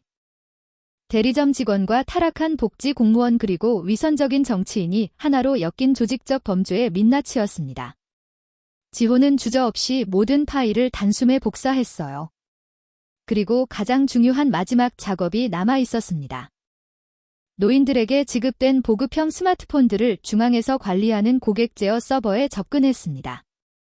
기기를 원격으로 다룰 수 있는 관리자 권한을 탈취한 그녀는 방금 확보한 한동욱의 통화 녹음 파일과 뇌물장부, 그리고 대포폰 유통 내역을 하나로 압축해 메인 서버에 업로드했죠. 탁이 든 구청에서 사업 명목으로 노인들에게 쥐어준 수백 대의 스마트폰. 지호는 업로드한 증거 파일들이 특정 시간에 알림음과 함께 팝업 화면으로 강제 전송되도록 일괄 푸시 예약을 걸었습니다. 예약된 시간은 내일 오후. 성호구청 대강당에서 구청장과 박재현이 직접 무대에 오르는 디지털 포용 사업성과 보고의 가장 화려한 클라이맥스 타임이었어요. 힘없는 노인들을 기만하고 착취했던 사기의 도구들이 그들이 직접 마련한 축제의 무대 위에서 범죄를 폭로하는 가장 치명적인 무기로 뒤집히는 순간을 세팅한 것입니다. 전송 완료 메시지가 모니터에 떠올랐습니다. 지호가 USB를 뽑아 주머니에 챙겨 넣고 서버실 문고리를 잡으려는 찰나였어요. 복도 끝에서 규칙적인 구두 발소리가 들려왔습니다. 예정된 교대 시간보다 10분이나 일찍 순찰을 돌기 시작한 야간 보안 요원이었죠. 서버실의 특수 철문은 닫히고 나서 완전히 잠기기까지 약 3초의 딜레이가 있었습니다. 지호는 숨을 죽이고 문을 열어 복도로 빠져나왔어요. 무거운 철문이 천천히 닫히기 시작했습니다. 하지만 복도 반대편에서 다가오던 보안 요원의 날카로운 손전등 불빛이 지호의 낡은 작업복 위를 훑고 지나갔죠. 요원의 시선이 청소 카트 옆에 선 지호와 그 뒤에서 서서히 닫히고 있는 서버실 문을 향했습니다. 그는 의심스러운 눈빛으로 걸음을 빨리해 다가오고 있었어요. 문이 채 잠기기 전에 요원이 손잡이를 당기면 모든 계획이 끝장나는 아슬아슬한 상황이었습니다. 지호는 푹 눌러쓴 모자챙 아래로 시선을 내린 채 걸레를 쥐고 다급하게 카트를 미는 척 몸을 비틀었습니다. 그러고는 카트 모서리에 아슬아슬하게 올려두었던 커다란 플라스틱 세제통을 팔꿈치로 강하게 쳐서 바닥으로 떨어뜨렸죠. 요란한 마찰음과 함께 뚜껑이 열린 세제통에서 끈적한 레몬향 액체가 복도 바닥으로 왈칵 쏟아졌습니다. 아이고 죄송합니다. 제가 깜빡 졸다가 그만 손이 미끄러져서요. 지호는 다급하고 어눌한 목소리로 굽실거리며 쏟아진 세제 위로 털썩 무릎을 꿇었습니다. 그리고 걸레를 양손으로 쥐고 미친 듯이 바닥을 닦는 척하며 보안 요원의 앞을 커다랗게 가로막았죠. 아줌마, 여기서 뭐 하는 겁니까? 조심 좀 하지? 싸구려 레몬 냄새가 복도를 진동하자 요원이 미간을 팍 찌푸렸습니다. 그는 바닥에 흥건한 세제 거품을 피해 바지를 걷으며 엉거주춤 발걸음을 멈춰 섰어요. 철커덩. 그 찰나의 순간 지호의 등 뒤에서 서버실 문이 자동 잠금 장치에 완벽하게 맞물려 돌아가는 소리가 들렸습니다. 요원이 지호를 지나쳐 서버실 문손잡이를 거칠게 당겨보았습니다. 문은 단단한 바위처럼 굳게 잠겨 있었어요. 그는 잠금 장치 상단의 녹색 램프를 확인하고는 안도하며 한숨을 내쉬었습니다. 이상 없네. 바닥 미끄러우니까 얼른 닫고 퇴근하십시오. 요원의 구두 발소리가 다시 복도 저편으로 멀어지기 시작했습니다. 바닥에 엎드린 지호는 그제야 걸레질을 멈추고 아주 가늘고 긴 숨을 조용히 내뱉었어요. 특수부대의 전투 기술이 아니라 누구에게나 고개를 숙여야 하는 투명 인간의 비루한 위장이 거대한 위기를 완벽하게 넘긴 순간이었습니다. 얼마 후 건물 후문을 빠져나온 지호가 어두운 도심의 좁은 골목에 섰습니다. 새벽의 차가운 봄바람이 땀에 젖은 앞머리를 서늘하게 식혀주었죠. 지호는 낡은 점퍼 주머니에 거친 두 손을 깊숙이 찔러 넣었습니다. 굳은 살이 박인 그녀의 손끝에 세상에서 가장 거대한 위선을 완벽하게 무너뜨릴 작고 단단한 USB의 모서리가 만져지고 있었습니다. 금요일 오후, 성호구청 대강당은 입구부터 붐비는 사람들로 발 디딜 틈이 없었습니다. 강당 앞줄에는 지역 방송국과 신문사 기자들이 카메라 삼각대를 세워둔 채 진을 치고 있었죠. 그 뒤로는 구청의 대대적인 홍보에 동원된 수백 명의 동네 노인들이 얼마 전 대리점에서 무료로 지급받은 똑같이 생긴 보급형 스마트폰을 손에 쥐고 앉아 있었습니다. 단상 중앙, 빳빳하고 윤기가 흐르는 맞춤 정장을 입은 통신 대리점 체인 대표 박재현이 여유로운 걸음으로 마이크 앞에 섰습니다. 존경하는 어르신 여러분, 그리고 구민 여러분. 부드럽고 자신감 넘치는 음성이 거대한 스피커를 타고 강당을 울렸습니다. 박재현은 주름 하나 없는 완벽하고 온화한 미소를 지으며 연설을 이어나갔어요. 저희 체인과 성호구청이 손을 맞잡은 이 작은 사업으로 무려 수천 명의 어르신이 새로운 스마트폰을 보급받으셨습니다. 정보의 격차를 줄이고 어르신들의 곁에 다가가는 것. 이것이야말로 기업과 지자체가 함께 만들어가는 진정한 디지털 포용 아니겠습니까? 우레와 같은 박수갈채가 쏟아졌습니다. 무대 한쪽 VIP석에 앉아있던 구청장과 복지과 간부가 흐뭇한 표정으로 고개를 끄덕이며 박수를 쳤죠. 플래시가 미친 듯이 터지며 박재현이 두 팔을 벌려 자축의 절정을 장식하려던 바로 그 순간이었습니다. 강당 한가운데서 작은 휴대폰 알림 하나가 울렸습니다. 누군가 진동 모드를 깜빡했나 보다 하고 넘어갈 찰나였죠. 산발적으로 터지던 알림이 순식간에 수백 개로 불어났습니다. 강당에 앉아있던 수백 명의 노인들이 들고 있던 보급형 스마트폰이 마치 거대한 오케스트라의 불협화음처럼 정확히 같은 시각에 일제히 울부짖기 시작한 것입니다. 전화기가 왜 이래? 이거 화면이 갑자기 왜 혼자 켜지는 거야? 당황한 노인들이 웅성거리며 일제히 자신의 스마트폰 화면을 내려다보았습니다. 화면에는 그들이 켜지도 않은 팝업창이 강제로 열려 있었죠. 그리고 다음 순간 수백 대의 스마트폰 스피커에서 똑같은 목소리가 동시에 흘러나오기 시작했습니다. 다음 주는 경로당 쪽 할머니들 거기 아직 안 뚫었잖아. 구청 사은품이라고 세제 몇 개 쥐어주면 알아서들 도장 찍어줄 거다. 며칠 전 대리점 뒷방에서 지호가 확보했던 한동욱의 낄낄거리는 음성 녹음이었습니다. 그 비열한 조롱이 수백 대의 스피커를 타고 강당 전체로 메아리 쳤어요. 이어 스마트폰 화면이 일제히 다른 영상으로 전환되었습니다. 어두운 고급 한정식집 룸. 무대 위에서 상생을 외치던 박재현이 VIP석에 앉아있는 복지과 간부에게 두툼한 5만 원권 돈다발 쇼핑백을 건네는 선명한 동영상이 재생되고 있었습니다. 수고하셨습니다. 과장님. 구청장님 쪽 후원 명의만 계속 유지해 주시면 이 정도 성의는 매달 섭섭지 않게 챙겨드리죠. 영상이 끝나자마자 이번에는 빼곡한 엑셀 문서 파일 하나가 화면을 가득 채웠습니다. 지금 강당에 앉아있는 노인들의 이름과 주민등록번호, 그리고 명의를 도용해 몰래 개통된 수만 대의 불법 대포폰 일련 번호와 유통단가가 적힌 치명적인 거래 장부였어요. 맨 앞줄에서 렌즈를 만지던 한 기자가 이상한 낌새를 눈치채고 옆자리에 앉은 할머니의 폰 화면을 힐끗 내려다보았습니다. 기자의 두 눈이 경악으로 커졌습니다. 그는 반사적으로 몸을 돌려 뒷자리 할아버지의 폰을 확인했죠.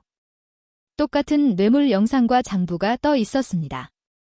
강당 안의 모든 노인들의 폰에 동일한 폭로 증거가 완벽하게 복제되어 스스로 재생되고 있었던 것입니다. 박재현 대표, 방금 폰에 보냈던 영상 속 돈 봉투가 뭡니까? 노인들 명의로 대포폰 장사를 한 게 사실입니까? 구청장님, 복지 사업을 빙자해 뒷돈을 챙기신 겁니까? 공식 후원 명의를 뇌물받고 내주신 겁니까? 강당은 순식간에 아수라장으로 변했습니다. 기자들이 하이에나처럼 무대 위로 우르르 몰려들어 마이크와 카메라를 들이밀었어요. 완벽했던 박재현의 맞춤 정장 위로 식은땀이 비 오듯 쏟아져 내렸습니다. 아닙니다. 이거 다 조작이야. 해킹이라고. 당장 저 노인네들 폰 다 빼둬서 꺼버려. 박재현이 핏대를 세우며 버럭했지만 그것은 아무 소용없는 헛된 몸부림이었습니다. 하나의 거대한 전광판이나 메인 스피커였다면 전원 코드를 뽑아버리면 그만이었을 것입니다. 하지만 지금 증거를 뿜어내고 있는 것은 강당 안 수백 명의 손에 뿔뿔이 흩어진 수백 대의 스마트폰이었어요. 조작이라고 우기려면 기자들의 눈앞에서 노인들의 폰 수백 대를 동시에 박살내야만 했죠. 범죄와 사기의 도구였던 기계들이 완벽하게 분산된 폭로의 무기로 뒤집혀 박재현의 목줄을 물어뜯고 있었습니다. 무대 옆 VIP석에 앉아있던 구청장과 복지과 간부의 얼굴은 이미 백지장처럼 하얗게 질려 있었습니다. 그들은 쏟아지는 플래시 세례를 피하려 얼굴을 가린 채 비상구 쪽으로 도망치려 했지만 이미 분노한 노인들과 취재진의 벽에 가로막혀 오도 가도 못하는 신세가 되어버렸죠. 자신들이 돈을 들여 화려하게 꾸민 완벽한 합법의 무대가 자신들의 숨통을 끊어버리는 가장 적나라하고 잔인한 처형장으로 뒤바뀐 것입니다. 강당 맨 뒷줄에 후미진 구석자리. 미친 듯이 울려대는 알림음과 번쩍이는 플래시의 아수라장 속에서 지호는 낡고 헐렁한 패딩 주머니에 두 손을 찔러 넣은 채 그 거대한 몰락을 조용히 지켜보고 있었습니다. 시선을 사로잡는 칠흑 같은 전술복도 위협적인 군번줄도 없었습니다. 그저 길거리에 널린 흔한 동네 사람의 행색이었죠. 무대 위에서 처참하게 짓밟히고 있는 박재현은 끝내 알 수 없을 것입니다. 자신을 이 완벽한 지옥으로 밀어넣은 사냥꾼이 누구인지, 어떤 얼굴을 하고 있는지. 모든 것이 무너지는 것을 두 눈으로 확인한 지호는 미련 없이 몸을 돌렸습니다. 통쾌한 대사를 던지며 스스로를 증명할 필요는 없었죠.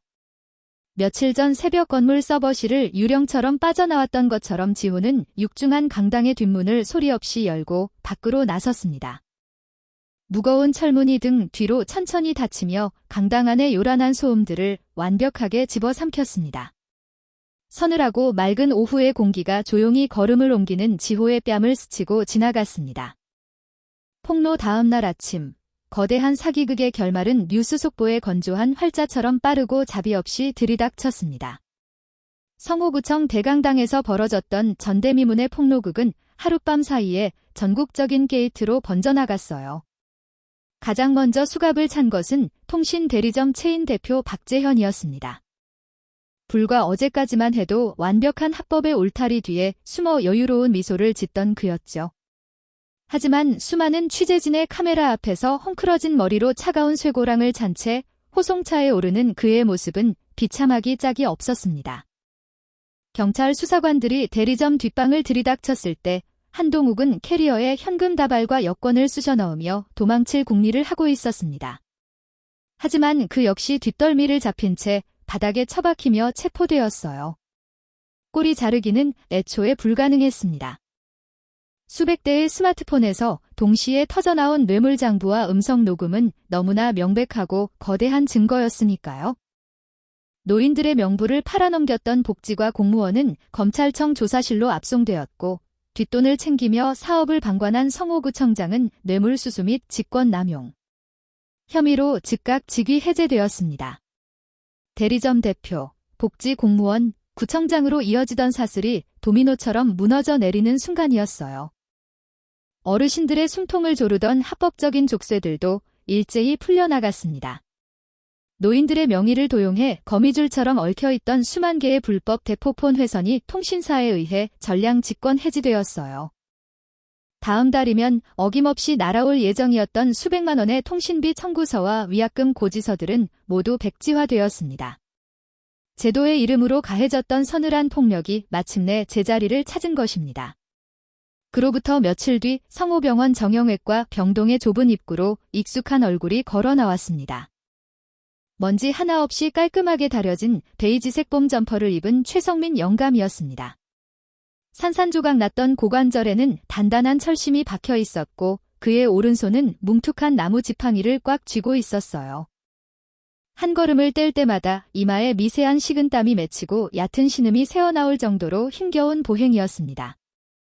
하지만 지팡이에 체중을 의지한 영감의 구부러진 등만큼은 예전 장기판 앞에 앉아있을 때처럼 꼿하고 바르게 펴져 있었습니다.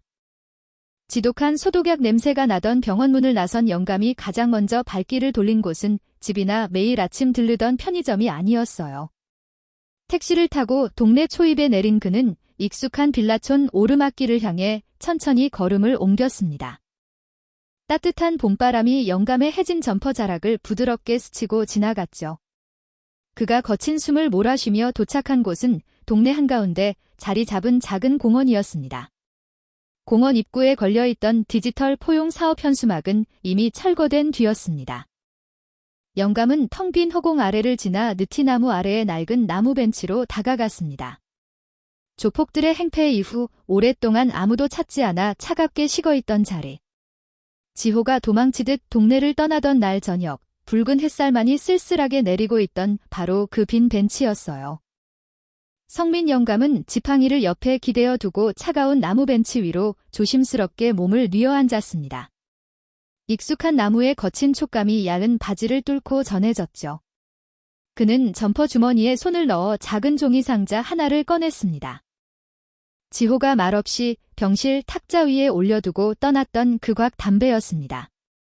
투박하고 주름진 손가락이 빳빳한 비닐 포장을 뜯고 하얀 담배 한 개비를 천천히 뽑아냈어요. 영감은 그 담배를 마른 입술 사이에 조용히 물었습니다. 하지만 주머니를 뒤져 라이터를 꺼내거나 담배 끝에 불을 붙이지는 않았습니다. 아직 잃어버린 일상이 완벽하게 돌아온 것은 아니었으니까요. 겁에 질려 뿔뿔이 흩어졌던 장기판의 노인들도, 매일 아침 자신에게 식초에 무뚝뚝한 온기를 건네주던 편의점 알바생도 아직 이 공원 벤치로 돌아오지 않았습니다.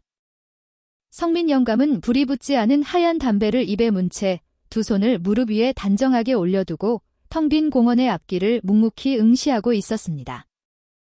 오랫동안 주인을 잃고 비어있던 낡은 벤치 위에 다시 하나의 단단하고 정중한 그림자가 채워지는 고요한 봄날 오후의 풍경이었습니다. 제법 장기 한 판.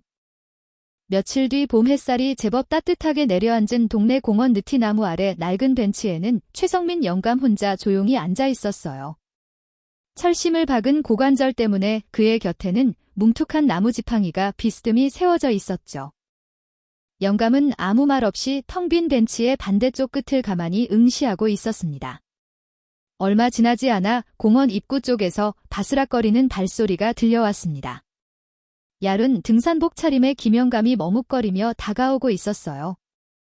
그는 벤치에 앉은 성민 영감을 보고도 묵은 인사조차 건네지 않았습니다. 대신 주머니에서 꼬질꼬질한 헝겊수건 하나를 주섬주섬 꺼냈죠. 김영감은 말없이 허리를 숙여 오랫동안 아무도 앉지 않아 뽀얗게 흙먼지가 내려앉은 벤치 위를 닦기 시작했습니다. 무서운 깡패들의 협박에 못 이겨 지호의 바지가랑이를 붙잡고 모질게 말을 내뱉었던 그날의 부끄러움과 미안함을 거친 손놀림으로 투박하게 지워내고 있었어요. 곧이어 또 다른 발소리가 공원 모래 바닥을 밟으며 다가왔습니다. 두꺼운 솜조끼를 입은 방영감이 다가와 벤치 위에 낡은 나무판 하나를 조심스럽게 내려놓았죠. 반으로 접혀있던 나무판을 양옆으로 쫙 펼치자 빛바랜 익숙한 격자 무늬가 모습을 드러냈습니다.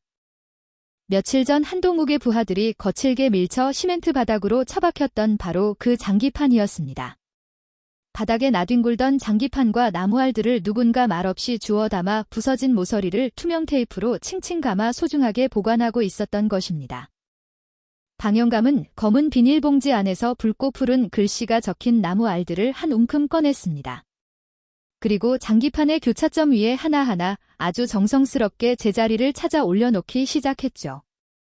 시멘트 바닥에 긁혀 흠집이 난 장기알들이 제 위치를 찾아가며 작고 달그락거리는 소리를 냈습니다. 미안하다는 말도, 우리가 비겁했다는 핑계도 없었습니다. 그저 먼지 쌓인 벤치를 말없이 닫고 부서졌던 장기판을 다시 펼치고 흩어진 알들을 원래의 자리로 돌려놓는 것.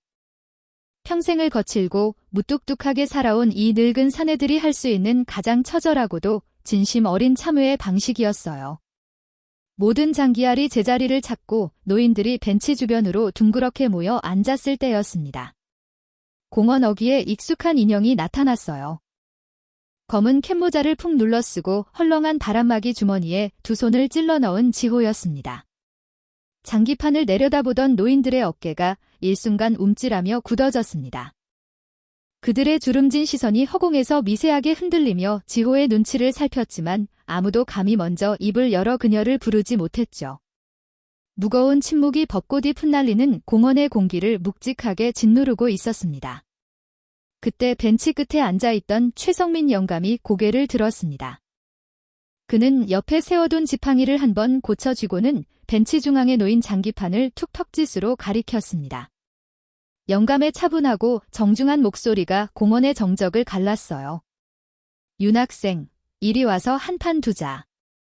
처음 만났던 그 아침 벤치 끝자리를 내어주며 건넸던 바로 그 문장이었습니다. 하지만 낡은 벤치 위로 내려앉은 그 한마디의 무게는 완전히 달랐어요.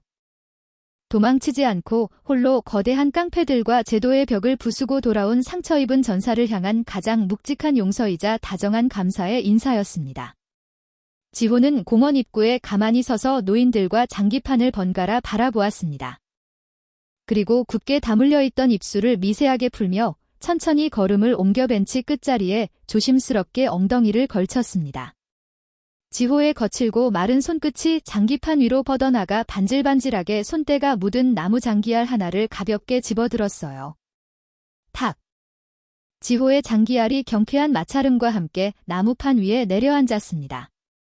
그 소리가 신호탄이라도 된 듯 굳어있던 노인들의 입이 일제히 터져나오기 시작했죠. 아따, 거기를 파고들면 어떡혀. 척 봐도 저쪽 포가 넘어올 자리구만. 가만히 있어봐. 윤학생이 다 생각이 있어서 두는 거니까 훈수 좀 그만둬. 조각난 나무알들이 낡은 격자무늬 위를 실없이 오가며 투박하고 건조한 파열음을 냈습니다. 차갑게 얼어붙었던 공원의 공기 위로 노인들의 막자지껄한 훈수와 헛기침 소리가 훈훈하게 뒤엉켜 번져 나가기 시작했어요. 산산조각 났던 평범하고 소란스러운 일상이 마침내 제자리로 완벽하게 돌아오는 따뜻하고 경쾌한 소리였습니다. 다음 날 이른 아침, 낡은 빌라 원룸 안으로 맑은 봄 햇살이 조용히 스며들고 있었습니다. 지호는 바닥에 놓인 더풀백의 지퍼를 열었어요. 거칠고 마른 손끝에 차갑고 단단한 금속이 닿았습니다. 며칠 전 병실의 소독약 냄새에 짓눌려 가방 밑바닥에서 꺼냈던 바로 그 은빛 군번줄이었죠. 칠흑 같은 암흑 속에서 쇄골에 매달려 서늘하게 빛나던 그 쇠덩이를 지호는 다시 가방의 가장 깊고 어두운 밑바닥으로 가차없이 밀어 넣었습니다. 지퍼가 맞물리며 닫히는 건조한 마찰음이 방안을 울렸습니다. 다시는 꺼내지 않겠다는 굳은 다짐이자 상처 입은 전사의 시간이 완전히 끝났음을 알리는 고요한 마침표였어요. 지호는 옷장 구석에 걸어두었던 편의점 유니폼 조끼를 다시 꺼내 입었습니다. 그리고 방구석 어두운 틈새에 단단하게 말려 처박혀 있던 보라색 요가 매트를 꺼내어 가볍게 어깨에 둘러맸죠. 서늘한 금속의 무게를 내려놓은 자리에 부드럽고 푹신한 일상의 감촉이 다시 온전하게 제자리를 찾았습니다. 출근을 위해 낡은 오르막길을 내려오던 지호의 발걸음이 동네 공원 입구에서 잠시 멈춰 섰습니다. 입구의 가로등 사이에 흉물스럽게 매달려 있던 구청의 디지털 포용 사업 현수막은 흔적도 없이 철거되어 있었어요. 거대한 위선의 천조각이 가리고 있던 빈자리 위로 눈부신 아침 햇살이 쏟아져 내리고 있었습니다. 그 따뜻한 빗줄기를 바라보던 지호의 머릿속에 문득 아주 오래전 해외 작전에서 두고 왔던 늙은 촌장의 핏기 없는 얼굴이 스쳐 지나갔습니다. 지키지 못한 약속, 자신을 유령처럼 올가매던 그 지독한 부채감이 가슴 한구석을 찔렀죠. 하지만 이번에는 달랐습니다. 이번에는 핑계를 대며 도망치지 않았고 자신이 남긴 약속을 끝까지 지켜냈으니까요. 지호의 멈췄던 발걸음이 봄바람을 탄 듯 한결 가벼워졌습니다. 편의점에 도착한 지호는 익숙하게 카운터 안으로 들어섰습니다. 며칠 전 지호는 점장에게 다시 연락을 넣었습니다. 주간 근무 자리가 남아 있느냐고 물었죠. 점장은 아무것도 묻지 않고 출근 날짜만 알려주었어요. 늘 인적이 끊긴 새벽에 바코드를 찍던 야간 근무가 아니었어요. 세상의 은둔자처럼 밤의 어둠 속에 숨어 지내던 시간을 완전히 끝내고 마침내 화창한 낮의 시간표로 들어선 첫 주간 출근이었습니다. 작지만 명확한 일상으로의 복귀였죠. 지호가 진열대에 캔 커피들을 반듯하게 정리하고 있을 때였어요. 자동문이 열리는 경쾌한 알림음이 매장 안을 울렸습니다. 지호는 고개를 들지 않고도 단번에 알 수 있었습니다. 소매 끝이 해졌지만 먼지 하나 없이 깔끔하게 다려진 봄 점퍼. 비록 오른손에는 뭉툭한 나무 지팡이가 쥐어 있었지만 구부러진 등만큼은 예전처럼 꼿하고 정중한 걸음걸이. 최성민 영감이었습니다. 영감은 카운터 앞으로 다가와 빳빳한 1,000원짜리 지폐 4장과 500원짜리 동전 하나를 미리 준비해 소리 없이 내려놓았죠. 같은 거.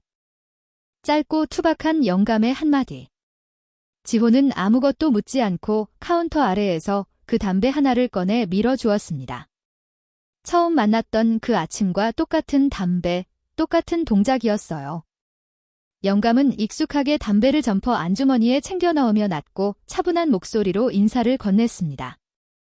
수고했어. 왜 대화다운 대화 한 번 섞이지 않은 찰나의 순간. 매일 아침 반복되던 그 10초의 일상이 완벽하게 돌아온 것입니다. 겉으로 보기엔 달라진 것이 하나도 없는 평범하고 건조한 풍경이었지만 그 짧은 인사 속에 담긴 묵직한 온기는 처음과는 감히 비교할 수 없을 만큼 깊고 단단했습니다. 영감이 투명한 유리문을 열고 편의점 밖으로 천천히 걸음을 옮겼습니다. 카운터 안에 선 지호는 유리문 너머로 멀어지는 영감의 뒷모습을 가만히 응시했어요. 지팡이를 짚고 낡은 공원 벤치를 향해 걸어가는 성민 영감의 꼿꼿한 등 위로 눈부시고 따뜻한 아침 햇살이 포근하게 내려앉고 있었습니다. 그 평화롭고 찬란한 풍경을 지켜보는 지호의 굳게 다물린 입가로 아주 엷고 부드러운 미소가 조용히 번져가고 있었습니다. 오늘 드라마 어떠셨나요? 707 특임대 출신 여군 특선 드라마 세 번째 이야기였습니다. 지호와 성민 영감의 우정 그리고 지호에 의해 참교육받게 되는 나쁜 놈들의 이야기가 시원한 감동을 느끼게 해줬는데요. 이제 완연한 봄 날씨인데 날씨처럼 기분 좋아지는 드라마였던 것 같습니다. 앞으로도 마음을 움직이는 드라마로 찾아뵙겠습니다. 감사합니다.